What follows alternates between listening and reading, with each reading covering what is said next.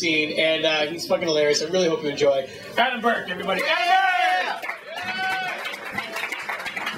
Keep it going for your host, Timmy Broshi. Keep it going for yourself for hanging around. I love any show that finishes on a different fucking day that it started. It's fucking marvelous.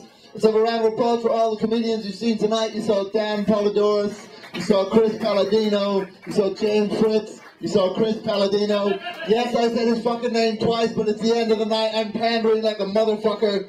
I know who you brought. Also, fuck you, Chris, for being like 7 years older than me and looking 10 years younger. You piece of shit. You look like the backup trainer on The Biggest Loser. I look like the fucking trainee town drunk on an episode of Deadwood. Fuck you.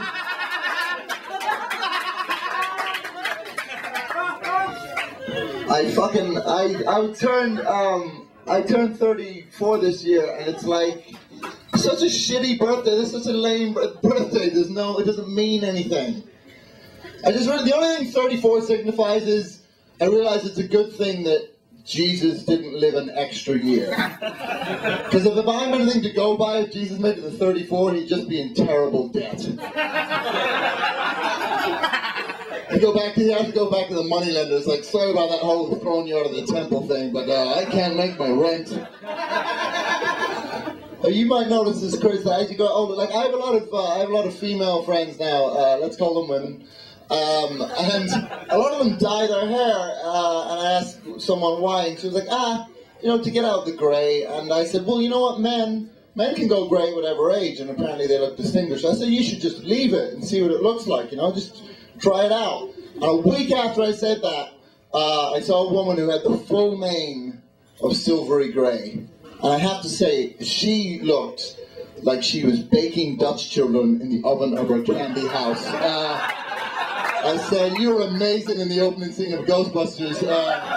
You scared the shit out of that librarian. I let you go. I understand you have some Dalmatians to skin. Bye! Winter is coming up. I'm looking forward to it. My favorite thing in winter in the city is seeing people who's going through their first Chicago winter.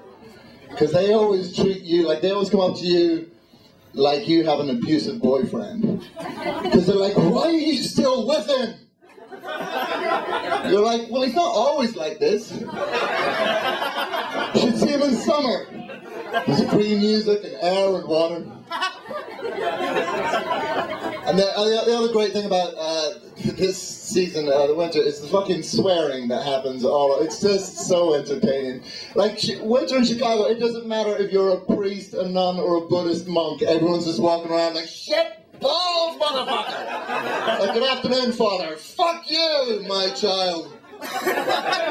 Before I moved to Chicago, I'd never seen anybody call a cloud an asshole.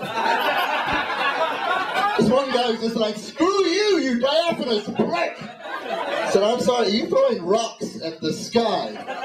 Yes, but I don't have a gun, you see. That's my very best Chicago accent, by the way. Everyone from the south side is like, go Bears! It's a work in progress. That's what it is.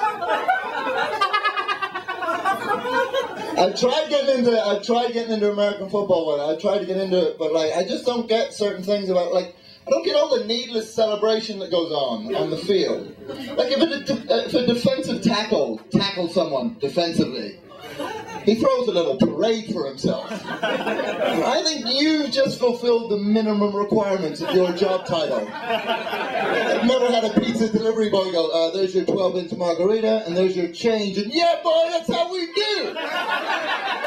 And chef bumped the mailman. It's not... It's allowed to happen. Oh, man, you guys, hope you're all having a good time. I had a good year. I didn't get to do enough this year, you know. I can't believe it's almost over. Like, I didn't get to go to any of the festivals. Anyone go to Pitchfork?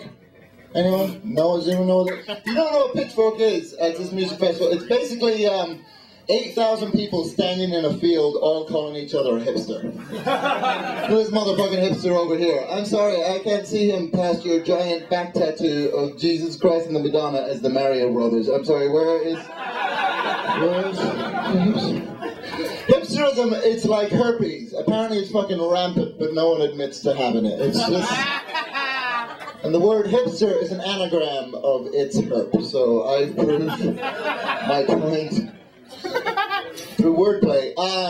The other one is Lollapalooza. I mean, this crowd, more Lollapalooza cats here? No. Lollapalooza, of course, is where you go and see the same band you saw a year earlier at Pitchfork, but you pay 3 times the price to do so, and then you accuse them of being sellouts. And it's a friend of mine went. It's ridiculous. Like tickets are like $400, and I said to him,